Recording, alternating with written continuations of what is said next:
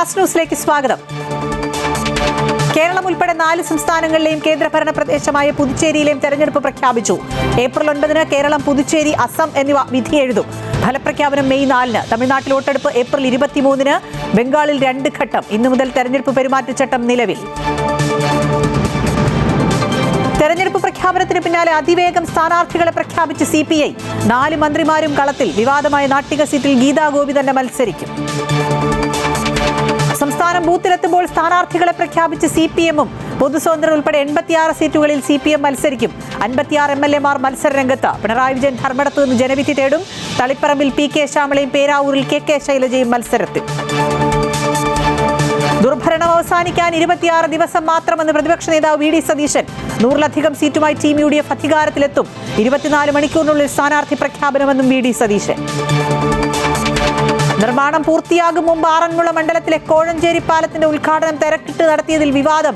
പാലത്തിന്റെ ഒരു സ്പാനിന് മുകളിലുള്ള ആർച്ചിന്റെ കോൺക്രീറ്റ് ജോലികൾ പൂർത്തിയായില്ല. വൈദ്യുതീകരണ ജോലികളും പെയിന്റിംഗ് ജോലികളും ബാക്കി. തിരക്കിട്ട് ഉദ്ഘാടന പ്രഖ്യാപനം തെരഞ്ഞെടുപ്പ് പ്രഖ്യാപിക്കാൻ മണിക്കൂറുകൾ ശേഷിക്കുകയായിരുന്നു.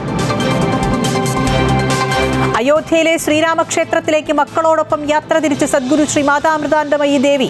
രാഷ്ട്രപതി ദ്രൗപദി മുർമുവിനൊപ്പം 19 രാമക്ഷേത്രത്തിൽ നടക്കുന്ന പ്രത്യേക ചടങ്ങുകളിൽ പങ്കെടുക്കും.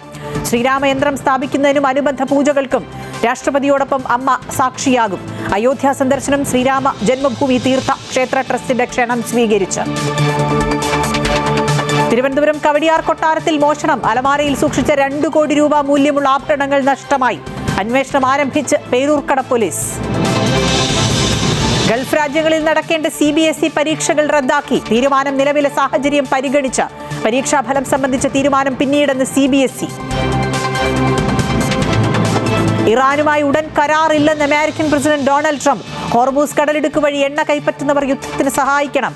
മുജ്തബ ഖമനേയി ജീവിച്ചിരിപ്പില്ലെന്നും ട്രംപ്. ഫാസ്റ്റ് ന്യൂസ് പൂർണ്ണമാകുന്നു. നമസ്കാരം.